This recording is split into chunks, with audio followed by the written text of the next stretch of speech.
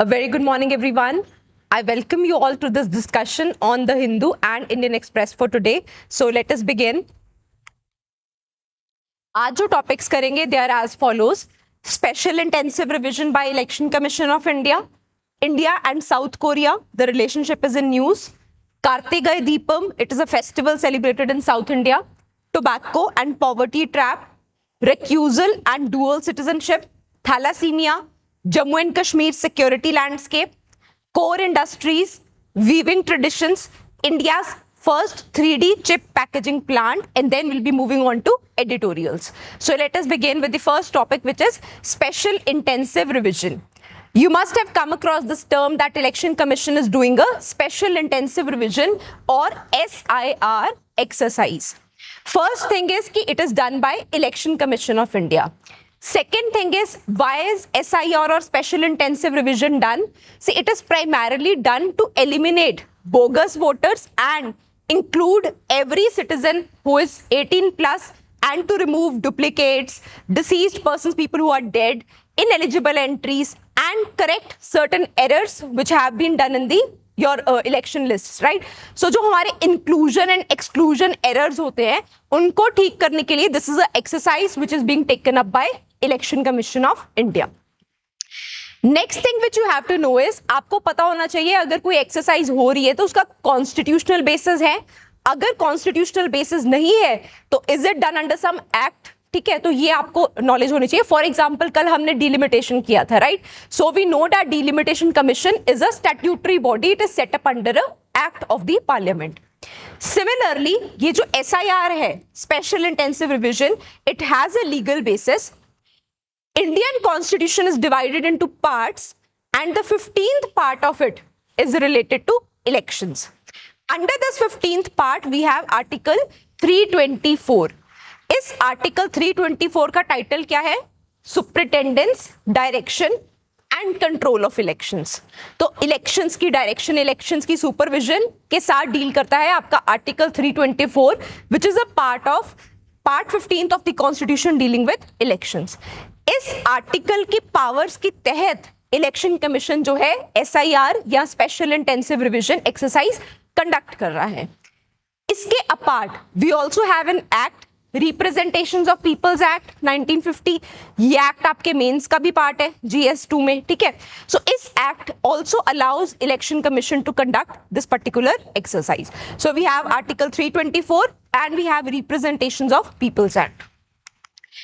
We won't go into too much of detail because we have news to cover, right? But मोटे तौर पे अगर आप देखोगे benefits and आपके disadvantages क्या हैं? Benefits is very simple. Ghost voters हैं, है ना? ऐसे वोटर्स जिनकी आइडेंटिटी क्लियर कट नहीं है but they are still voting, या फिर डुप्लीकेसी है, तो वो सब रिमूव होगी. ठीक है, देन जो मार्जिनलाइज्ड ग्रुप्स हैं they can become a part of the electoral rolls. Challenges क्या है? डिसएनफ्रेंचाइजमेंट. डिसएनफ्रेंचाइजमेंट में क्या है कि काफी लोगों के पास अपने बर्थ के, अपने पेरेंट एज के प्रॉपर सर्टिफिकेट्स नहीं होते हैं, ड्यू टू विच इनके इलेक्टोरल रोल्स में नाम नहीं आ पाता है. Often these people are poor, migrants का काफी इशू रहता है, राइट? And marginalised groups. ठीक है, फॉर एग्जांपल शेड्यूल्ड ट्राइब्स हैं, उनके पास प्रॉपर सर्टिफिकेट्स नहीं होते हैं. सो दीज आर सर्टन आपके चैलेंजेस हैं डिसएनफ्रेंचाइजमेंट को लेके, which is happening in the case of SIR या स्पेशल इंटेंसिव रिविजन. आगे चलते हैं. India and South Korea, this was a clipping in today's newspaper. Chips to ships, India and South Korea target 50 billion trade by 2030. So आपको target नहीं याद करना है, you just have to know कि we are working on increasing the trade volume. Other thing is we are planning on upgrading comprehensive economic partnership agreement. This is a term, CEPA. You'll often come across this term in newspapers. आप सुनोगे free trade agreement, you'll come across comprehensive economic partnership agreement. ठीक है, तो mains के लिए यहाँ से सवाल बनता है कि फ्री ट्रेड अग्रीमेंट्स कितने ही वर्केबल हैं बाकी कंट्रीज के साथ, इनके प्रोज एंड कॉन्स क्या है. फिलहाल because IR is a part of your GS2, तो आपको हर कंट्री के साथ ना मोटे मोटे तौर पे पता होना चाहिए कि हम किन चीजों या किन एरियाज पे काम करते हैं इन पर्टिकुलर कंट्रीज के साथ. For example If you talk about South Korea, it is very well known for its technology, for its semiconductors. ठीक है, फॉर एग्जाम्पल अगर आप बहुत टेक्नोलॉजी कंपनीज का नाम सुनोगे जैसे Samsung, LG, they are South Korean companies. तो इंडिया जो है अपना ट्रेड अग्रीमेंट रिन्यू या अपग्रेड करने की कोशिश कर रहा है, which is your comprehensive economic partnership agreement. ये क्या है आगे स्लाइड में देखेंगे. Apart from it, culture is a very prominent area which is growing in case of South Korea. You people must be knowing Korean dramas and Korean pop music is being liked by Indian audience. Similar is the case with respect to Indian cinema in South Korea. तो ये जो culture वाला angle है ये भी आपका बढ़ता जा रहा है, जिसको हम सॉफ्ट पावर या आपका सॉफ्ट डिप्लोमेसी में इंक्लूड करते हैं. Then South Korea is also joining International Solar Alliance. International Solar Alliance एक बॉडी है जिसको इंडिया और फ्रांस ने 2015 में क्रिएट किया था. तो साउथ कोरिया जो है इसको ज्वाइन कर रहा है. It is also joining Indo Pacific Oceans Initiative. As soon as this news gets over, go check out, Google this Indo Pacific Oceans Initiative. इसमें कौन सी कंट्रीज हैं, पैसिफिक ओशियन का मैप, ठीक है, ये सब आप देखना. Then, apart from it, we are also facilitating कि साउथ कोरियन कंपनीज खास करके SMEs, small and medium enterprises India में एंटर करें. देन डिजिटल पार्टनरशिप पे भी काम हो रहा है, plus film, animation and gaming. So primarily हमारा टेक्नोलॉजी वाला एरिया है एंड सेकेंड हमारा कल्चर वाला एरिया है जिसपे वी आर वर्किंग. अब एक है चीज free trade agreement, then there is comprehensive economic partnership agreement. See, free trade agreement is an agreement between two or more countries. ये एक country के साथ भी हो सकती है, किसी economic bloc के साथ भी हो सकती है. In this, we decide a particular list of commodities, services, etc. जहां पे हम टैरिफ कंसेशंस देंगे एक दूसरे को, ठीक है. सो इससे आपका ट्रेड फैसिलिटेट होगा, ठीक है. So there is a negative list जिसपे आपका FTA नहीं एप्लीकेबल होता और बाकी कमोडिटीज पे आपका टैरिफ कम हो जाता है जिससे ट्रेड फैसिलिटेट होता है. कंप्रीहेंसिव इकोनॉमिक पार्टनरशिप अग्रीमेंट, ये फ्री ट्रेड एग्रीमेंट का नेक्स्ट स्टेप है. यहाँ पे देखो ना, comprehensive, it is more regulated, ठीक है. इसमें अगर आप देखोगे ना, ट्रेड का सिर्फ इकोनॉमिक पार्ट नहीं, ट्रेड की जो पॉलिसी पार्ट है, जो रेगुलेटरी पार्ट है, उस पे भी फोकस किया जाता है. So it is more comprehensive in nature as compare to free trade agreement, ठीक है. सो कई कंट्रीज के साथ we are on the stage of free trade agreement. With some countries, for example South Korea, we are on the stage of comprehensive economic partnership agreement. Then This festival has been in use in 2026. Starting में भी था, Madras high court की भी कुछ directions थी, है ना. सो आपका न्यूज क्लिपिंग भी है साइड पे. सो सी, कार्तिकेय दीपम जो है, it is a festival which is usually celebrated in southern parts of India, southern states of India. For example Tamil Nadu, Kerala, Karnataka, Andhra Pradesh, etcetera. Next question is, who is this festival dedicated to? It is dedicated to Lord Murugan. Lord Murugan is the son of Shiva and Parvati. So ये जो festival है, why it was in news? अब जो Lord Murugan की shrines है, south में काफी जगह हैं, इनको सुब्रमण्यम भी बोला जाता है. लॉर्ड मुरुगन को सुब्रमण्यम भी बोला जाता है. इनकी श्राइन्स साउथ इंडिया में काफी जगह है. जो इनकी श्राइन तमिलनाडु में है, this shrine became a point of contestation. क्यों? क्योंकि इस श्राइन के पास जैन केव्स भी बन गई थी लेटर ऑन, ठीक है. एक तो जैन केव्स बन गई, प्लस यहाँ पे एक सूफी सेंट की दरगाह भी है. आपको सूफी सेंट का नाम नहीं याद करना, you just have to know कि यहाँ पे क्यों ये इशू चल रहा था. क्योंकि यहाँ पे जो है, they were not allowed to light lamps for Murugan, ठीक है. क्योंकि यहाँ पे इंटरकल्चरल आइडेंटिटी इश्यूज हो गए, वही जो हम रिलीजियस साइट्स पे अक्सर देखते भी हैं, ठीक है. So Kartikeya Deepam is a festival related to Lord Murugan. This temple becomes important. Subramanian Swami temple, it is in Tamil Nadu. It is close to Madurai. Next important thing is, this festival also finds a mention in Sangam literature. Very important. अगर आप history पढ़ोगे, you will come across this term Sangam literature. Her dynasty का, हर area का अपना literature है, Buddhism का अपना literature है ना. सिमिलरली जो साउथ की डायनेस्टीज थी, उनमें असेंबलीज हुई थी इकट्ठे मिलके, जिनको संगम असेंबलीज बोला जाता था। वहां पे कंपोज हुआ था संगम लिटरेचर। साउथ वाली इन डायनेस्टीज के मेन गॉड भी लॉर्ड मुरुगन ही हुआ करते थे। तो संगम लिटरेचर में भी कार्तिकेय दीपम का मेंशन है, ठीक है। So this is what you have to learn in this particular slide कि ये किससे रिलेटेड फेस्टिवल है, कौन से एरियाज में सेलिब्रेट किया जाता है, and it is also mentioned in your Sangam literature. So ये क्यों इशू हमें पढ़ना जरूरी है? बिकॉज जो टेम्पल्स या जो रिलीजियस आर्किटेक्चरल मॉन्यूमेंट्स न्यूज में रहते हैं, कुछ रिसेंट वहां पे विजिट हुई है प्राइम मिनिस्टर की, प्रेसिडेंट की, that becomes important. For example, this is a PYQ. Prime Minister recently inaugurated new circuit house near Somnath Temple. Which of the following statements are correct regarding Somnath Temple? This is a question of 2022 prelims. We won't be taking up this question. I just want to draw your attention to the fact कि temples हो गए या religious architectural monuments हो गए जो news में रहते हैं, कोई कोर्ट की जजमेंट आती है तो that becomes important. आगे चलते हैं. Then very important. Yesterday we talked about the fact that you people can create a separate example data bank, ठीक है, which will help you later on in citing and making your answers more balanced, more worthy, ठीक है. So आपका जो governance में health का topic है, over a period of time जब आप 1 साल के लगभग करंट अफेयर्स को पढ़ लोगे, आपको क्लियर कट अंदाजा हो जाएगा कि इंडिया में what are the major health challenges, ठीक है, एंड आपके ग्राउंड लेवल पे क्या प्रॉब्लम्स आती है उन हेल्थ चैलेंजेस को लेके. So this was this news in today's Indian express. 10% of Indian households can rise to a higher economic class just by quitting tobacco.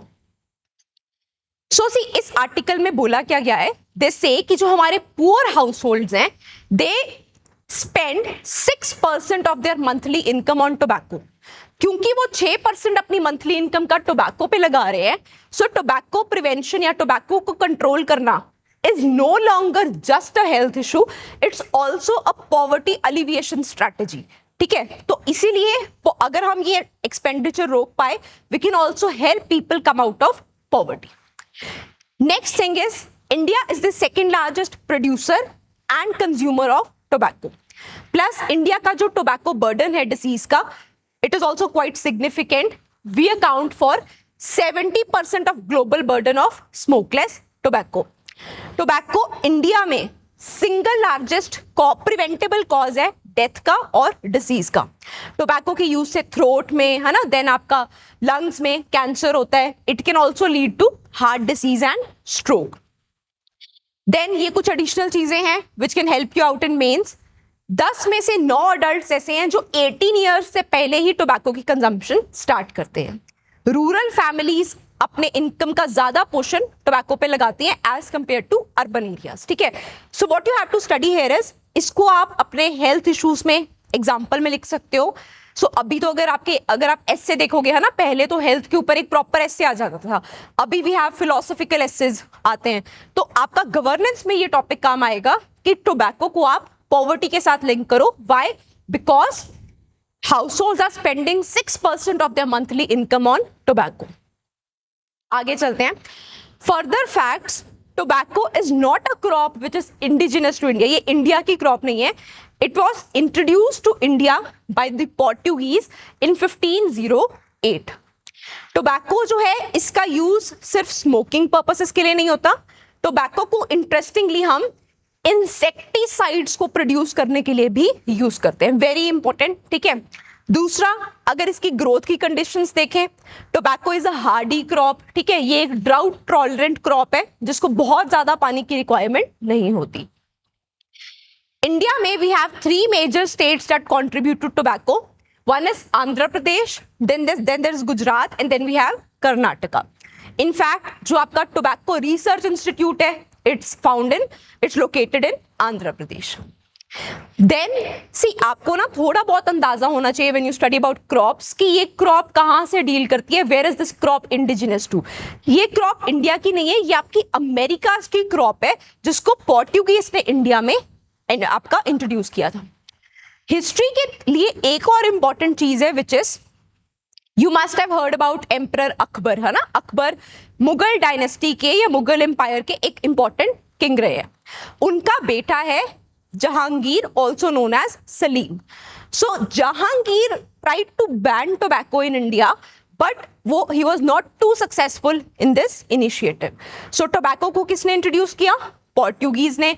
ये एक ड्राउट टॉलरेंट क्रॉप है आंध्र और गुजरात रीजन में, plus it is indigenous to your American region. ये question आया था. See why I am stressing on this question, so that आप connect कर पाओ. ठीक है. फॉर एग्जाम्पल नीम के ऊपर एक क्वेश्चन आया था. ये 2014 का क्वेश्चन है.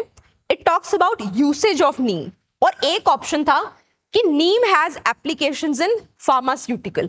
दूसरा ऑप्शन था neem seeds are used in hospital detergents. So आप देख रहे हो यूसेज पे क्वेश्चंस. ठीक है. सो कल को अगर आपको ऑप्शन आ गया कि टोबैको इज यूज्ड इन आपके इंडस्ट्रियल इंसेक्टिसाइड प्रोडक्शन में टोबैको यूज होता है, सो हम जनरली नहीं सोच पाते हैं इस पर्टिकुलर पॉइंट को. राइट. वी थिंक कि टोबैको सिर्फ स्मोकिंग के लिए यूज होता होगा, but tobacco is also used in insecticide production.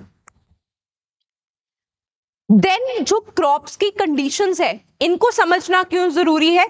Sometimes in your prelims you are given soil conditions or temperature conditions or rainfall conditions and you are asked a particular crop. For example, 2020 का एक question है, the crop is subtropical in nature, a hard frost is injurious, the crop requires 210 frost free days for its growth. तो ये कौन सी crop है? तो आपको कंडीशंस दे दी एंड यू आर आस्क्ड कि ये कौन सी क्रॉप है. सो अगर टोबैको का एग्जांपल बनाना हो, you can be given a question. This crop was introduced in India by Portuguese. It is a hardy and drought tolerant crop. Andhra Pradesh and Gujarat are the major contributors. Which crop are we talking about? Right. So we are talking about tobacco. अब आ जाओ. सी मैं यहाँ पे ना एक चीज आपको I want to draw your attention कि जब आप न्यूज़पेपर पढ़ रहे हो, फॉर एग्जाम्पल ये न्यूज थी, इलाहाबाद हाई कोर्ट जज recuses from hearing plea against Rahul Gandhi. So यहाँ पे देन ऊपर था डुअल सिटीजनशिप कंप्लेन. हम सोचेंगे जनरली कि चलो पॉलिटिकल न्यूज है, छोड़ देते हैं, यूपीएससी में काम नहीं आएगी. अगर आप इंडियन पॉलिटी के ऊपर क्वेश्चंस देखोगे, they are no longer restricted to just Laxmikant. तो क्वेश्चंस पता है कैसे आ रहे हैं? फॉर एग्जाम्पल अगर न्यूज में आया है कि किसी पर्सन को बेल मिली है ना, तो आपको पता होना चाहिए बेल की कंडीशंस क्या हैं, बेल क्यों देते, बेल कौन देता है. ठीक है. लेट अस से एफआईआर तो न्यूज में रहते ही हैं, तो एफआईआर रजिस्टर करने का क्या प्रोसेस है, क्या एफआईआर कहीं पे भी रजिस्टर हो सकती है. सो इस तरह के क्वेश्चंस पॉलिटी में इंक्रीजिंगली आ रहे हैं. इसी वजह से आपको पता होना चाहिए कि ये डुअल सिटीजनशिप पे इंडिया का क्या टेक है, क्यों राहुल गांधी के अगेंस्ट केस हो रहा है. देन रेक्यूजेस, रेक्यूज का मतलब क्या है? तो ये दोनों चीजें हम डिस्कस कर लेते हैं, important for your GS 2. First is recusal. Recusal is very simple. जब भी फॉर एग्जाम्पल एक जज को लगता है कि वन ऑफ द पार्टीज किसी तरीके से मेरा कंफ्लिक्ट ऑफ इंटरेस्ट है, this party is a known party, या आपके कुछ उसमें फाइनेंशियल इंटरेस्ट हैं, है ना, तो देन द जज recuses himself from the case. वो उस केस से पीछे हो जाता है due to conflict of interest. This is what is known as recusal. ठीक है, पहली चीज. दूसरा, डुअल सिटीजनशिप. डुअल सिटीजनशिप क्या है? One individual is at the same time a citizen of 2 or more countries. Does India allow this? No. India में dual citizenship allowed नहीं है, therefore ये केस है. दूसरा, which are the countries that allow for dual citizenship? We have US, we have UK and we have Australia. Then अगर India में एक person India का सिटीजन होते हुए किसी और कंट्री की सिटीजनशिप ले लेता है, so under the Passports Act of 1967 they must immediately surrender their passports. And फिर इंडिया में क्या ऑप्शन रह जाता है? We give them OCI. हम सिटीजनशिप का नाम बदल देते हैं. We don't call them a citizen of India, we call them an overseas citizen of India. ठीक है, तो ये आपका है regarding recusal and dual citizenship. ठीक है. Then we come to a disease known as thalassemia. There was this news in today's Indian Express. expired blood fake records, probe into how 5 children with thalassemia tested HIV positive in MP. Diseases science and tech का एक important part है, इसके ऊपर questions बनते हैं. Covid के time तो चलो नेचुरली बनने ही थे, बट अभी भी अगर आप देखोगे डिसीजेस पे, इनके कॉजल एजेंट्स पे, science and tech in general current affairs oriented रहता है. Therefore this becomes important. Thalassemia क्या है? थैलासीमिया एक ब्लड डिसऑर्डर है whereby your body and its cells cannot produce sufficient amount of hemoglobin. Sufficient hemoglobin हमारे cells नहीं produce कर पाते हैं, जिससे अनीमिया होने का खतरा रहता है. Anaemia is your lack of iron in the body. ठीक है. थैलासीमिया की दूसरी इंपॉर्टेंट चीज है, it is an inherited disease. तो ये एक जेनेटिकली भी आपके चांसेस ज्यादा रहते हैं थैलासीमिया के. Symptoms, if you are a person who has thalassemia, then you can suffer from jaundice, dark urine, delayed puberty, bone abnormalities, etc.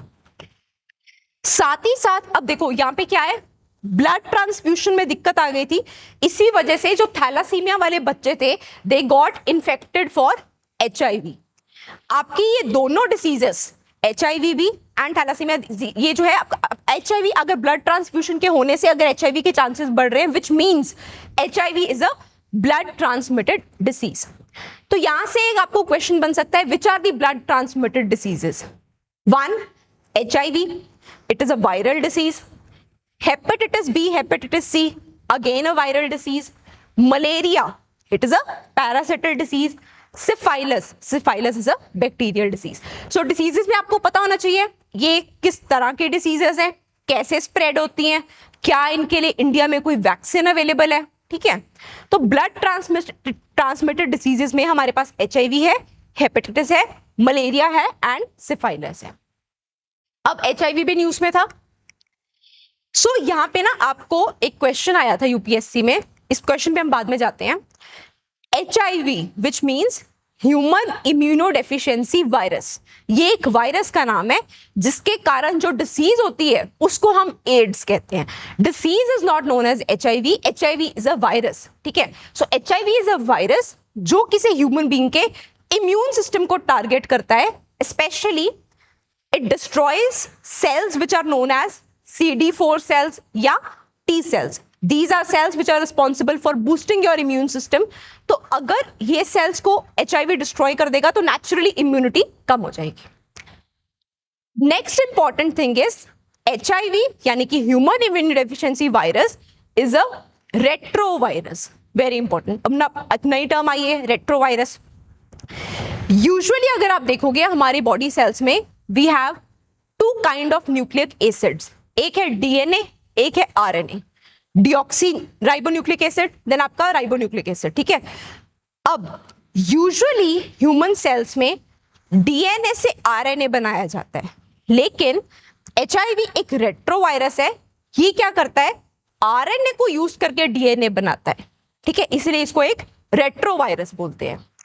इसीलिए जो HIV की ट्रीटमेंट है, it is refer to as anti retroviral therapy. Now you must have heard कि HIV का cure नहीं है ना, या एड्स का क्योर नहीं है. सो ये जो आपकी एंटी रेट्रोवायरल थेरेपी है, it is not a cure. ये आपकी एड्स को क्योर नहीं करेगी, बट जिन लोगों को HIV है, it will enable them to live a longer life and live a much more healthier life. और ये जो एंटी रेट्रोवायरल थेरेपी है, in this we prescribe medicine so that virus का जो लोड है आपकी बॉडी पे वो कम हो जाए. So let me just show you a question. ये आपका 2021 का क्वेश्चन है. इसकी आप सेकेंड स्टेटमेंट पढ़ो. Common cold is sometimes caused by an adenovirus, whereas AIDS is caused by a retrovirus. So वही डिसीजेस, वायरसेस, इन सब पे आपके क्वेश्चंस बनते हैं. ठीक है. सो ये हो गया anti retroviral therapy. We have covered thalassemia and we have covered HIV as a retrovirus. Then GS3 में आपका एक टॉपिक है security challenges and their management in border areas. Today's Indian Express had this news: intense combing operations, new elite units, Jammu and Kashmir security landscape sees a reset. अब एक approach तो है कि everybody studying a security की book है ना, छोटी book है सिक्योरिटी की, सब उसको पढ़ रहे हैं, सब उसी में से आंसर्स लिख रहे हैं। How can you make your answer stand out?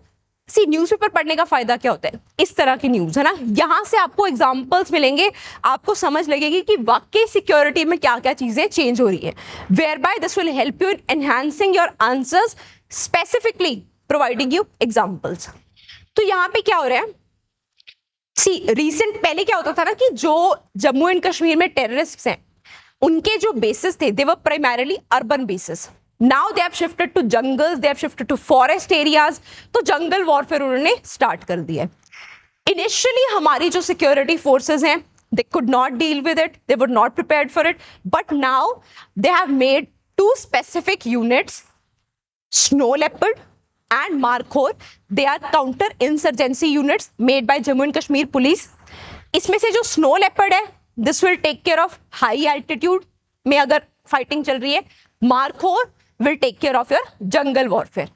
तो नेचुरली क्योंकि आपका पेपर IFS के साथ लिंक्ड है, एनवायरमेंट के वैसे ही क्वेश्चंस आते हैं ना, तो snow leopard and markhor becomes important, ये एक पार्ट है। दूसरा ये आपका एक क्वेश्चन देखो, 2016 had this mains question, border management is a complex task due to difficult terrain and hostile relations with some countries.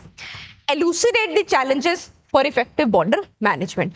कि जो हमारी border management है वो एक टेरेन अच्छी ना होने के कारण प्लस आपका हॉस्टाइल रिलेशंस होने के कारण प्रॉपरली हम बॉर्डर को मैनेज नहीं कर पाते। तो ये जो न्यूज़ है ये इसको आप यहाँ पे यूज कर सकते हो है ना, कि ये भी आपके टेरेन के इश्यूज आ रहे हैं because we have Pir Panjal ranges है जिसके कारण जो टेररिस्ट है they get a base in forest, तो जंगल वॉरफेयर स्ट्रेटजी को वो अडॉप्ट करते हैं।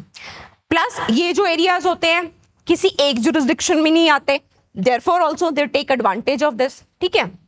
So this is one thing which you can mention in your examples. This is a recent reset by Jammu and Kashmir to tackle terrorism. Now we come to snow leopard in Markhor. Snow leopard is found usually in high altitude areas. It is the state animal of Ladakh and Himachal Pradesh.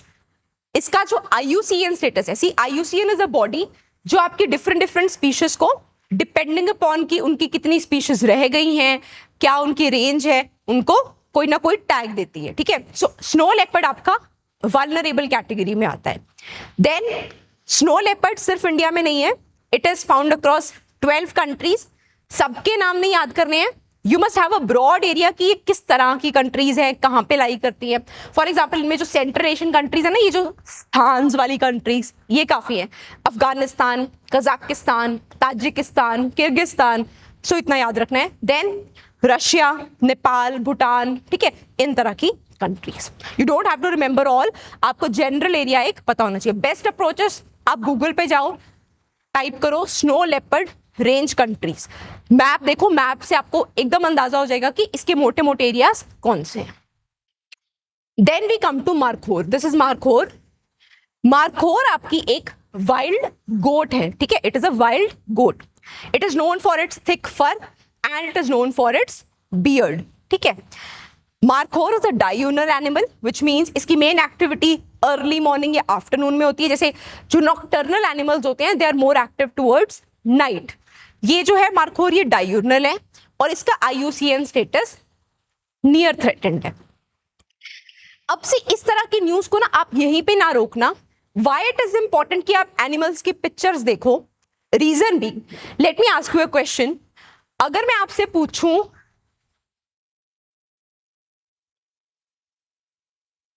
कि जो pashmina shawls हैं ये कौन सी species से बनते हैं, तो आप जनरल अंडरस्टैंडिंग विल बी कि शायद शीप से बनते होंगे। क्यों? क्योंकि हम जनरली गोट्स को माउंटेनियस गोट्स की फॉर्म में नहीं विजुअलाइज कर पाते, हमें लगता है कि गोट्स में वूल और ये सब नहीं होगा, है ना। बट इस एग्जाम्पल से आप एक अंदाजा लगा सकते हो कि अगर ऑप्शन में गोट है तो गोट भी आंसर हो सकता है। तो pashmina comes from a goat, not from this goat but pashmina comes from a goat. तो मार्खोर भी एक गोट है जिसके भी काफी ज्यादा फर है, ठीक है। Moving forward, this was a question in 2012, which of the above are naturally found in India one of the options was snow leopard, ठीक है. Then we have core industries. This is a topic which often comes in newspapers. थोड़े थोड़े duration के बाद आता है. जब भी ये इंडेक्स रिलीज होता है, it is link to your economics.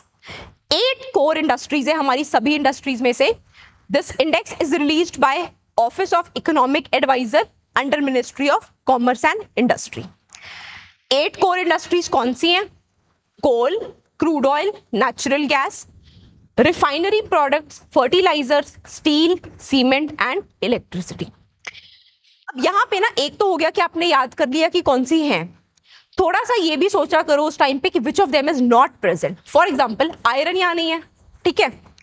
सो वहां पे ना ऑप्शंस में they will give you iron. तो स्टील है, कोल है, आयरन नहीं है, ठीक है.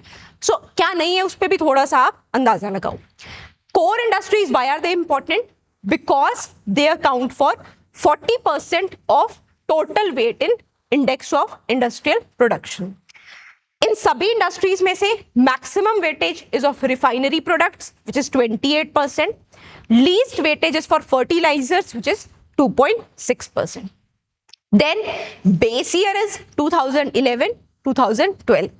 Last I have given you the order descending order में कि कौन सी इंडस्ट्री का मैक्सिमम वेटेज है, कौन सी इंडस्ट्री का सबसे कम है. Now look at this question. In the index of 8 core industries, which of the following is given the highest weightage? This is 2015's question.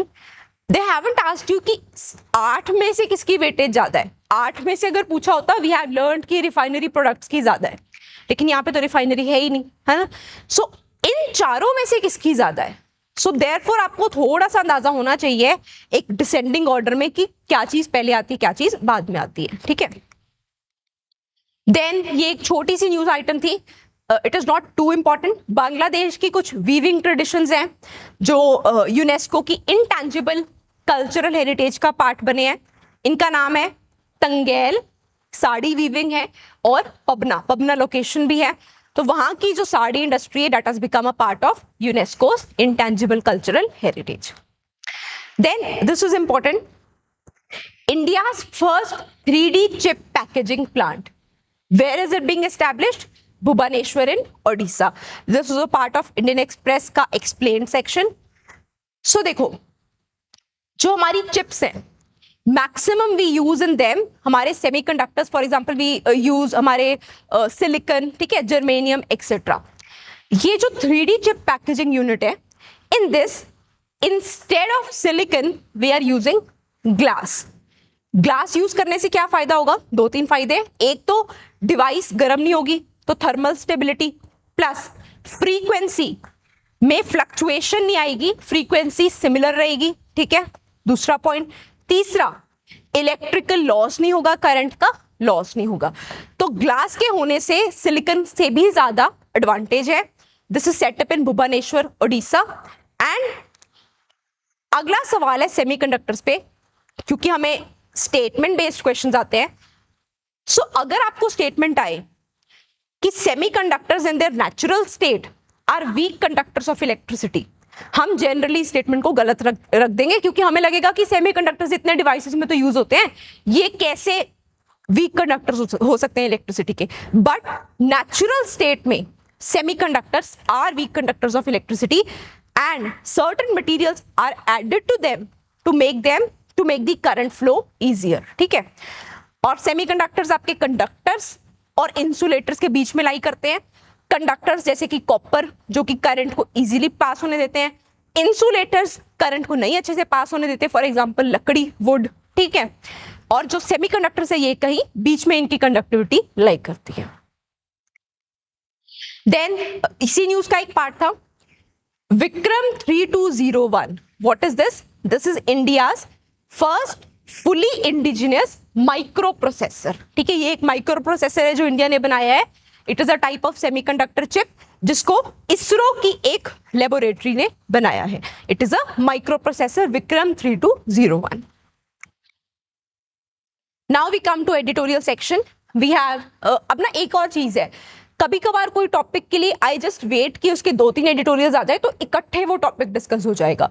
So natural नहीं है कि आज अगर एडिटोरियल आया तो आज ही हम उसको डिस्कस करेंगे. समटाइम्स वी जस्ट लेट कि इशू थोड़ा सा और अनफोल्ड हो जाए, है ना. तो वुमेन रिजर्वेशन बिल के ऊपर 2 एडिटोरियल्स कल थे, एक एडिटोरियल आज है.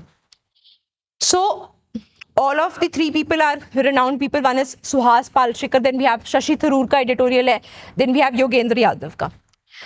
अब ये इशू न्यूज में चल रहा है ना, women's reservation bill, 131st constitutional amendment bill. So ये पास नहीं हुआ. अब इसके साथ साथ बहुत सारे इश्यूज साइमल्टेनियसली इंपॉर्टेंट हो गए.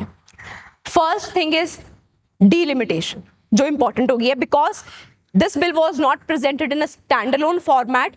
ऐसा नहीं था कि बिल सिर्फ वुमेन रिजर्वेशन के साथ डील कर रहा था. तो अपोजिशन का कहना है कि अगर आप सिर्फ वुमेन रिजर्वेशन का बिल लेके आते तो we could have passed it, but आप इसके थ्रू डीलिमिटेशन करवाने की कोशिश कर रहे हो, विच अब जो डीलिमिटेशन का कल हमने प्रिंसिपल देखा था, it is based on principle of proportionality. 1 person 1 vote के प्रिंसिपल पे वर्क करता है. तो इससे अब देखो, इस सारे मुद्दे में वुमेन रिजर्वेशन बिल पे तो क्वेश्चन बनता ही है. What else can you expect? और कौन से इश्यूज पे क्वेश्चंस प्रोबेबल हो गए हैं? एक तो क्या ये जो सिस्टम है 1 person 1 vote है ना, is this still relevant today? आज जो हमारी हम कंस्टिट्यूएंसी बेस्ड हम बोलते हैं कि जितने ज्यादा लोग उतनी ज्यादा रिप्रेजेंटेशन होनी चाहिए, क्या सिर्फ नंबर से रिप्रेजेंटेशन तय होती है? This is 1 point. सेकेंड जो है यहाँ पे ये भी इंपॉर्टेंट हो गया है, राज्यसभा. क्या राज्यसभा में do we need same representation for each and every state, कि हर स्टेट की बराबर सीटें हों राज्यसभा में? Not in Lok Sabha. लोकसभा में पॉपुलेशन वाइज हो सकती हैं, but Rajya Sabha is house of states, right? So ये थोड़ा डिस्कस कर लेते हैं. जनरली हम देखते हैं कि female candidates do not gate ticket. Why? Because people think, या पार्टीज को लगता है कि इनकी विनेबिलिटी कम है. नाउ हम वुमेन रिजर्वेशन बिल लेके आए, तो जो मेल रिप्रेजेंटेटिव्स हैं उनको असुएज करने के लिए what we have done is government has proposed कि हम नंबर ऑफ सीट्स भी एक्सपैंड कर देंगे ओवरऑल. तो यहां पे ना क्वेश्चन ज्यादा इस चीज की तरफ टिल्ट हो गया कि डू वी नीड एक्सपेंशन? क्या हमें लोकसभा की सीटों का एक्सपेंशन चाहिए? ठीक है, वही क्वेश्चन कि अगर पॉपुलेशन इंक्रीज हो रही है तो क्या साइमल्टेनियसली हमें रिप्रेजेंटेशन सिर्फ पॉपुलेशन के आधार पे रखनी चाहिए? So this becomes the question. तो सुहास पालशिकर राइट्स कि एक्सपेंशन तो वेलकम है, but what advantage will voters get? Voters को क्या एडवांटेज मिलेगा इस आपकी ज्यादा एक्सपेंशन से? ज्यादा एक्सपेंशन यानी कि ज्यादा एमपीज. और ही राइट्स कि इससे क्या होगा कि सिटीजन्स के ऊपर और ज्यादा बॉसेस हो जाएंगे, बिकॉज इनका मानना है कि रिप्रेजेंटेटिव की बजाय बॉसेस की तरह काम करते हैं. दूसरा, इससे क्या हो गया, क्योंकि ये बिल एक सॉर्ट ऑफ कवर्ड करके पेश किया गया है ना कि आप वुमेन रिजर्वेशन की आड़ में ये बिल लेके आ रहे हो, देयरफॉर साउदर्न स्टेट्स और ज्यादा कॉशियस हो गई है, बिकॉज साउदर्न स्टेट्स ने पॉपुलेशन कंट्रोल किया था, अब उनकी रिप्रेजेंटेशन कम हो जाएगी डिपेंडिंग ऑन पॉपुलेशन, है ना. तो it has given rise to politics of distrust. इस तरह की जो टर्म्स है ना, politics of distrust, drop them in your answers. ठीक है. अगला सवाल which he picks up is कि इंडिया का आइडिया क्या है? What is the idea of nationalism that we have? कि क्या हमारा नेशनलिज्म सिर्फ हिंदी हार्टलैंड तक ही सीमित है या फिर हम सदर्न स्टेट्स को भी साथ लेके चल रहे हैं? That also becomes the question. So he concludes with a very nice line. He says कि आप प्रोसीजर्स की लेजिटिमेसी में पड़ गए हो कि कैसे पेश हुआ bill. What you must be concerned is कि फेडरलिज्म के क्वेश्चंस न्यूज में है, इंडिया का नेशनलिज्म का मीनिंग न्यूज में है. So these are the more important questions, ये इस आर्टिकल में है. ठीक है. अब आते हैं शशि थरूर के आर्टिकल पे. इसमें मैंने बिल्कुल जो क्रक्स है विच इज मतलब पॉइंट रेलिवेंट है जो आपके आंसर्स के लिए, वो लिखा है. First is he asks this question कि क्या 1 person 1 vote अभी भी रेलिवेंट है? ये एक चीज है. ठीक है. दूसरा, can we explore alternative modes of representation? For example, आपके GS2 में एक टॉपिक है to compare Indian constitutional scheme with the scheme of other countries. For example, अगर आप यूएस में देखोगे, यूएस में there is a house and there is a senate. House आपका पॉपुलेशन को रिप्रेजेंट करती है, लेकिन जो सेनेट है उसमें हर स्टेट को बराबर रिप्रेजेंटेशन है. तो अगर 50 सीट्स एक स्टेट की है तो हर स्टेट की सीट 50 ही होगी, इरिस्पेक्टिव ऑफ स्टेट कितनी बड़ी है या उसकी क्या पॉपुलेशन है। एक चीज, ठीक है। Similarly European Union also follows a sort of similar principle known as degressive proportionality. इसमें क्या है कि जो छोटी स्टेट्स हैं उनको एक मिनिमम थ्रेशोल्ड है कि इतनी सीटें तो हमने छोटी स्टेट्स को देनी ही देनी है। सिमिलरली जो बड़ी स्टेट्स हैं उनके ऊपर एक सीलिंग है कि इससे ज्यादा सीट्स हमने बड़ी स्टेट्स को नहीं देनी। सो इससे क्या होगा, एक बैलेंस्ड आपका रिप्रेजेंटेशन आएगी इन योर सेनेट या इन आर केस इन दी राज्यसभा। तो शशि थरूर बोलते हैं कि इंडिया में भी हम राज्यसभा को बोलते हैं house of states. So it is high time की राज्यसभा सच में हाउस ऑफ स्टेट्स बने। सो this is what the overall argument is. तो आप देख रहे हो कि वुमेन रिजर्वेशन बिल तो इंपॉर्टेंट था ही, साथ में आपके पार्लियामेंट्री जो हमारी रिप्रेजेंटेशन है 1 पर्सन 1 वोट वो भी न्यूज में आ गया है, लोकसभा की एक्सपेंशन भी न्यूज में आ गई है, ठीक है। देन आपका जो इंडिया का नेशनलिज्म का आइडिया है वो भी न्यूज में आ गया, ठीक है। Next question he asks is कि हमारी जो कॉन्स्टिट्यूएंट यूनिट्स, हमारी जो स्टेट्स हैं उनका साइज इतना बड़ा है कि उनका अगर आप देखोगे कि ना तो गवर्नेंस अच्छे से हो पाती है और ना ही हमारा फेडरल इक्विलिब्रियम सही रहता है। सो ही सेज, ही प्रपोजेस कि स्टेट्स को थोड़ा छोटा करना चाहिए। तो यूपीएससी में नेचुरली जो लास्ट स्टेट हमने बनाई थी दैट इज तेलंगाना, राइट। सो अब आपका 2013 में एक मेंस में क्वेश्चन था, many state governments bifurcate geographical administrative areas like districts and talukas for better governance. In light of the above, can it be justified that a larger number of smaller states would bring in effective governance? कि क्या अगर हम छोटी states बना दें तो क्या इससे बेटर गवर्नेंस होगी, जैसे हमने बिहार से झारखंड बनाया है ना, सिमिलरली आपका छत्तीसगढ़ बना है। तो इनके एग्जाम्पल्स या इनकी ग्रोथ स्टोरीज से हम बता सकते हैं कि क्या छोटी स्टेट्स इफेक्टिव होंगी या नहीं होंगी। तो आप देख रहे हो कि वुमेन रिजर्वेशन तो इज इन न्यूज, साथ ही साथ ये आपका टॉपिक भी न्यूज में आ गया कि do we need to break our larger states into smaller states, ठीक है। देन अगला सवाल ये है कि अब तक फीमेल रिजर्वेशन से क्या बेनिफिट हुआ है। तो अब तक यू नो कि हमारी जो लोकल बॉडीज है, Panchayati Raj institutes and your urban local bodies, उसमें कंपल्सरी आपका रिजर्वेशन है, right. This is led to pros and cons.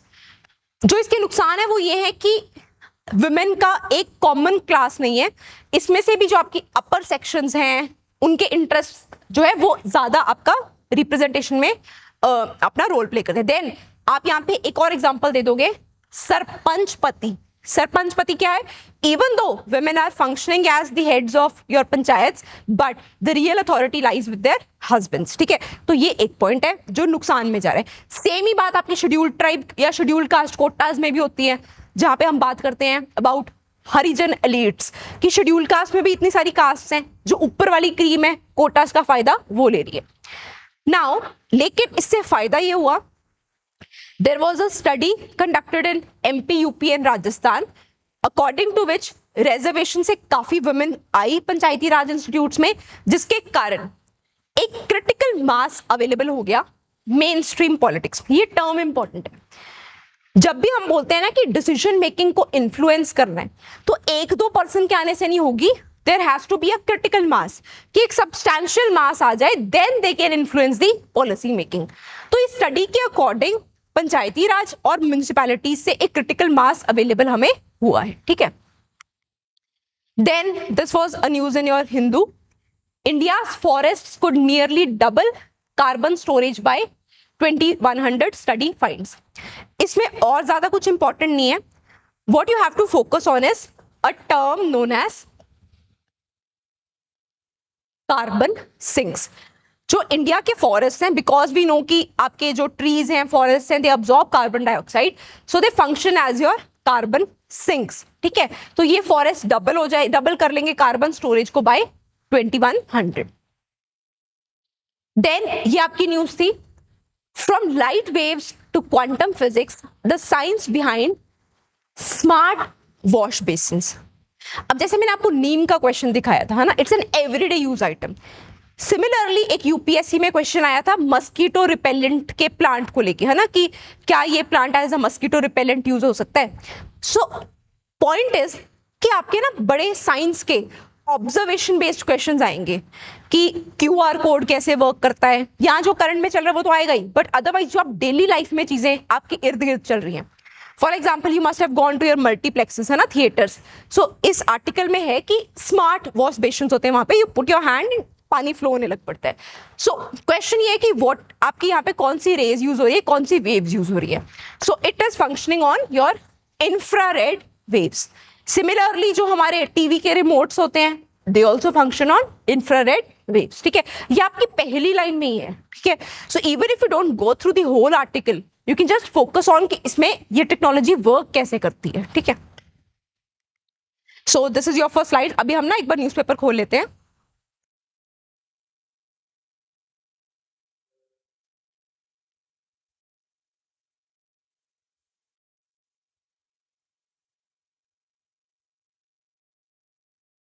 सो ये आज का इंडियन एक्सप्रेस है।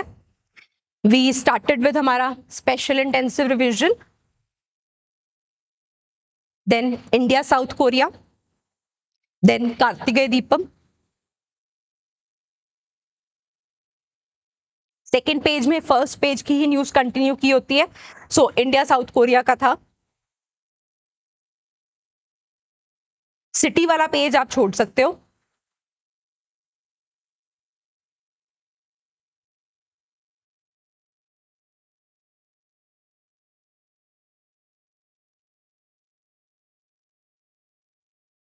ये अगेन सिटी वाला पेज ही है।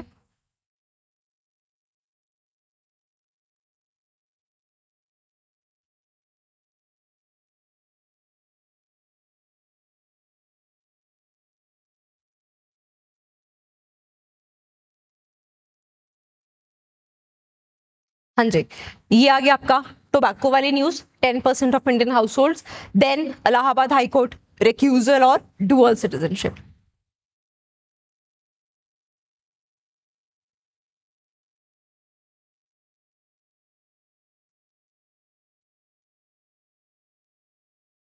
थैलासीमिया एक ना, this thing is also in news, digital arrest.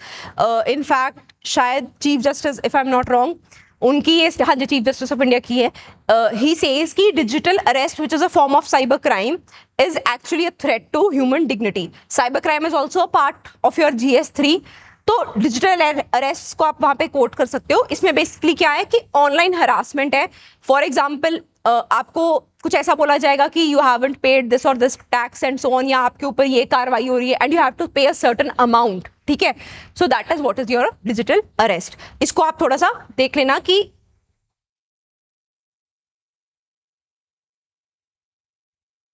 This is a part of your cyber crime, ठीक है। एंड बिकॉज CGI ने इसके ऊपर बात की है, देयरफॉर इट बिकम्स इंपॉर्टेंट। अब आ जाओ एडिटोरियल्स पे। Worker unrest, worker rights have become important. कल हमने इसको थोड़ा सा डिस्कस किया था with respect to Noida case. Continuing on the same lines, first is many states have not been able to raise their wages to the minimum wage level, जिसके कारण workers को कॉस्ट ऑफ लिविंग मैनेज नहीं कर पा रहे हैं। That is one thing. Second is they are working over time more than the required 8 hours, plus जो inflation है that is also increasing. And अभी का जो वर्कर्स प्रोटेस्ट है उसका एक ट्रिगर पॉइंट ये भी रहा है कि कुकिंग गैस के प्राइसेस इंक्रीज हुए हैं। देन इसके अलावा even your agriculture wages they have also stagnated. Agriculture wages में तो स्टैग्नेशन आ गया है, और जो आपके अर्बन एरियाज में वेजेस हैं वो डिक्लाइन पे जा रहे हैं, ठीक है। देन एक वर्कर्स के लिए एक पोर्टल बनाया है गवर्नमेंट ने, it is known as e Shram portal. As per e Shram portal 94% of people earn less than 10,000 a month, तो वो कॉस्ट ऑफ लिविंग को मैनेज नहीं कर पा रहे हैं। देन यहाँ पे दिस पर्सन राइट्स कि हमें कैसे पता चलता है कि डिस्ट्रेस आ रहा है। कहते हैं कि जो MG नरेगा का जो रिवैम्ड आया है, विकसित भारत है ना योजना, उसके तहत अभी भी डिमांड बढ़ रही है। चाहे जो MG नरेगा के अंडर वेजेस हैं वो अभी भी 2/3 है ऑफ द मार्केट वेजेस, यानी कि MG नरेगा में वेजेस नहीं भी प्रॉपर मिल रहे तब भी MG नरेगा की डिमांड बढ़ रही है, which points out to the fact कि आपके वेजेस की मार्केट में भी इतने ज्यादा वेजेस नहीं मिल रहे हैं, तभी लोग एमजी नरेगा में वेजेस कम होने के बावजूद भी उसको ज्वाइन कर रहे हैं, ठीक है। देन इस साल IMD has predicted a deficit in rainfall, जिसके कारण एग्रीकल्चर वेजेस और ज्यादा डाउन जा सकते हैं। ना वेजेस से क्या होगा, डिमांड, अगर आपको वेजेस कम मिले है ना, तो आपकी जो डिमांड है गुड्स की या सर्विसेज की, वो पब्लिक की तरफ से कम होगी, जिसकी वजह से आपकी इकोनॉमी में स्पेंडिंग कम होगी, ठीक है। देन ये आपका इंटरेस्टिंग आर्टिकल है एक, it is about better representation not more MPs। अब ये क्या बात है, सी हमने क्या बात की वुमेन रिजर्वेशन बिल के साथ कि हम नंबर ऑफ MPs बढ़ाने की बात कर रहे हैं। So this person puts a very valid question, ये बोलते हैं कि क्या सिर्फ नंबर ऑफ MPs बढ़ाना, यानी कि क्या नंबर सिर्फ रिप्रेजेंटेशन का एक बेटर इंडिकेटर है। सो ही कंपेयर्स बाय सेइंग कि 1971 वाले MP और आज के MP में बहुत फर्क है। दो वजह से ये बोलता है, एक तो उस टाइम पे सर्विस डिलीवरी एक MP के लिए मुश्किल होती थी, आज के टाइम पे तो आप ऑनलाइन भी ग्रीवेंसेस सुन सकते हो, है ना, that is one point. Second जो पॉइंट है वो ये है कि उस टाइम पे अगर आप देखोगे तो आपके जो ये रूरल अर्बन लोकल बॉडीज हैं, है ना, वो भी नहीं आई थी। अब सिर्फ MP हर डिसीजन मेकिंग नहीं कर रहा है, even your urban local bodies and even your rural local bodies are more closer to people, they more represent people, ठीक है। तो यहाँ पे क्या है, the expansion forces a harder question, more people more MPs, we are treating people per MP as the sole measure, do we actually need more MPs, ठीक है। सो ये बोलते हैं कि इंडिया की जो पॉपुलेशन में एक्सपेंशन आ रहा है, ये तो जी 2060 तक पीक हो जाएगा, then we will be followed with a population decline. तो पॉपुलेशन का जो अप एंड डाउन का ग्राफ है वो तो टेम्पररी है, क्या इस टेम्पररी फ्लक्चुएशन के कारण हमें परमानेंट MPs को इंक्रीज करने का मेजर लेना चाहिए या नहीं लेना चाहिए, ठीक है। सो ये प्राइमरीली इसमें बात की गई है, ठीक है। देन इंडिया में IMF की एक रिपोर्ट आती है, वर्ल्ड इकोनॉमिक आउटलुक, तो ये आपके लिए प्रीलिम्स के लिए इंपॉर्टेंट है। World economic outlook is by IMF। इसके according India has slipped to 6th position in terms of GDP, Japan and UK has overtaken India, and इसके कुछ कारण है। वन ऑफ देम इज कि we have changed certain parameters in your GDP calculation. Second is कि हमारा जो, अगर हम US डॉलर के साथ कंपैरिजन करें तो our currency has fallen last year, which has also become a cause for this decline in our GDP rankings. Then ये जो मैं योगेंद्र यादव वाले सेम ही जो वुमेन रिजर्वेशन वाला इशू है उसके ऊपर बात कर लेते हैं। यहाँ पे ये भी सेम सुहास पालशेकर को सॉर्ट ऑफ ऑथेंटिकेट करते हैं बाय सेइंग कि ये इशू अब सिर्फ वुमेन रिजर्वेशन बिल का नहीं है, it is linked to federalism and it is linked to nationalism. तो ये बोलते हैं कि दुनिया भर में दो तरह की फेडरलिज्म है। ये आपका फेडरलिज्म प्रॉपर एक टॉपिक है आपका GS2 के मेंस में। सो ये बोलते हैं कि या तो कमिंग टुगेदर फेडरेशन होती है या होल्डिंग टुगेदर फेडरेशन होती है। जो यूनाइटेड स्टेट्स है वो कमिंग टुगेदर फेडरेशन का एग्जांपल है, जिसमें काफी छोटी यूनिट्स आपकी इकट्ठे मिलके एक बड़ी यूनिट बनाती है, जैसे कि यूनाइटेड स्टेट्स में हुआ।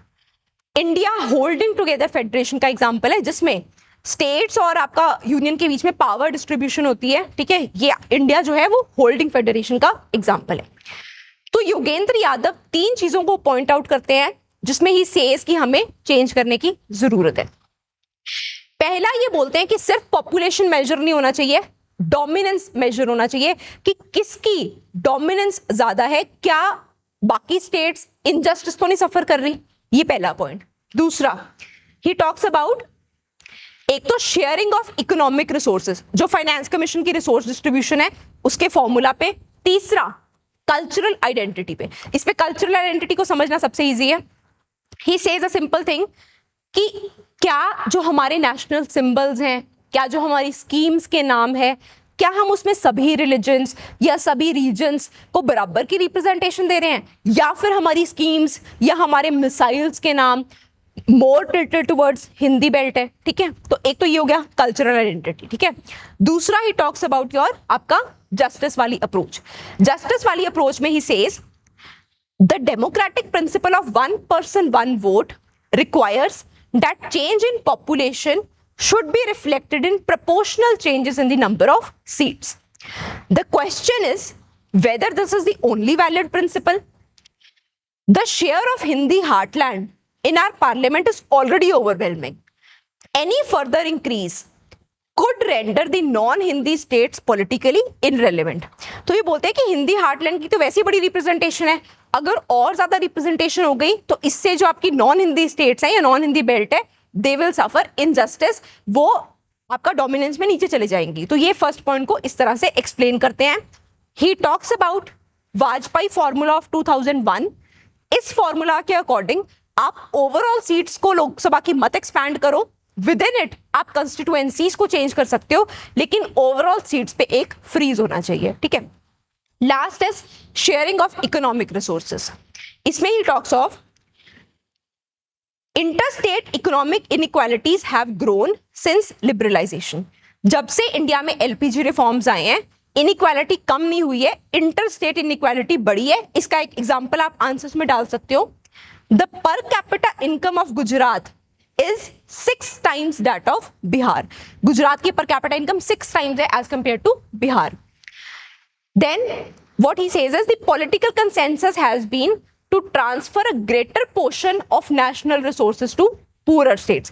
कि अब तक कंसेंसस ये होता था कि ज्यादा रिसोर्सेज आप पुअर स्टेट्स को दो, लेकिन ये कंसेंसस धीरे धीरे किस तरफ शिफ्ट हो रहा है कि जो स्टेट्स टैक्स रिवेन्यू में ज्यादा कंट्रीब्यूट कर रही है उनको ज्यादा रिसोर्सेज दो, जिससे और ज्यादा डिस्ट्रीब्यूशन स्क्यूड हो जाएगी. कि जो तो ऑलरेडी टैक्स में ज्यादा कंट्रीब्यूट कर रहे हैं, अगर उन्हीं को आप ज्यादा रिसोर्सेज दे दोगे तो जो पीछे स्टेट्स रह गई है वो तो और ज्यादा लगार्ड हो जाएंगी. ठीक है. तो ये तीन है कि ये बोलते हैं तो कल्चरल आइडेंटिटी, दूसरा इकोनॉमिक रिसोर्सेज और तीसरा डोमिनेंस. तो आप देख रहे हो कि how women reservation bill has picked up है ना सर्टेन अदर सब्जेक्ट्स. देन ये आपका जम्मू एंड कश्मीर वाला जो रिवैम्प हुआ है.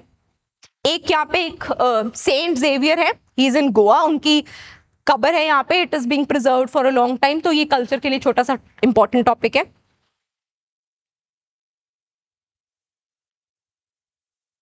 Then we have in your explained section premature release.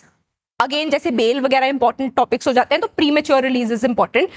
Pre mature release में जो लाइफ कन्विक्ट्स हैं दे आर रिलीज्ड अर्ली अगर लगता है कि वो रिफॉर्म हो चुके हैं and they are no longer a threat to the society. This is done as per article 72 जिसमें प्रेसिडेंट रिलीफ ऑफर करते हैं, और आर्टिकल 161 जिसमें गवर्नर रिलीफ ऑफर करते हैं. ठीक है. देन इसमें ध्यान रखा जाता है जो भी पर्सन है उसकी साइकोलॉजिकल प्रोफाइल क्या है. ठीक है. क्या वो रिहेबिलिटेट हो सकता है दोबारा पब्लिक में. सो this is your pre mature release. This news is important.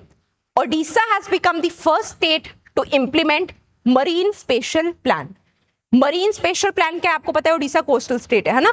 So India और नॉर्वे, नॉर्वे भी एक कोस्टल स्टेट है, कोस्टल कंट्री है. तो इंडिया और नॉर्वे मरीन प्लानिंग के ऊपर काम करते हैं, जिसके तहत इंडिया में union territories for example Puducherry, Lakshadweep, इनमें भी मरीन प्लानिंग लागू होती है.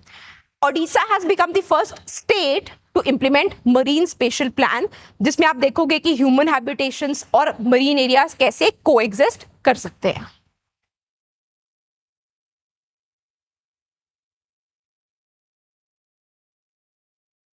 ये आपका कोर इंडस्ट्रीज वाला ना 40%.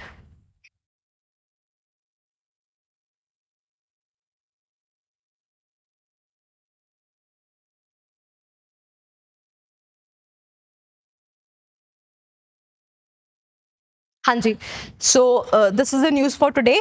आई hope it helps and will continue this. आप जुड़े रहिए है ना. एंड इफ़ यू मतलब आप साथ ही साथ जो क्वेश्चंस इसमें यूपीएससी के पोज करती हूँ मैं, फॉर एग्जांपल आज नीम वाला किया है, you can go and search about them, right. So इसमें हिंदू के भी आपके इंपॉर्टेंट आर्टिकल्स कवर होते हैं एंड इंडियन एक्सप्रेस के भी. ठीक है. So that's it for today. Thank you so much and will see you, I will see you tomorrow again. Okay. Thank you.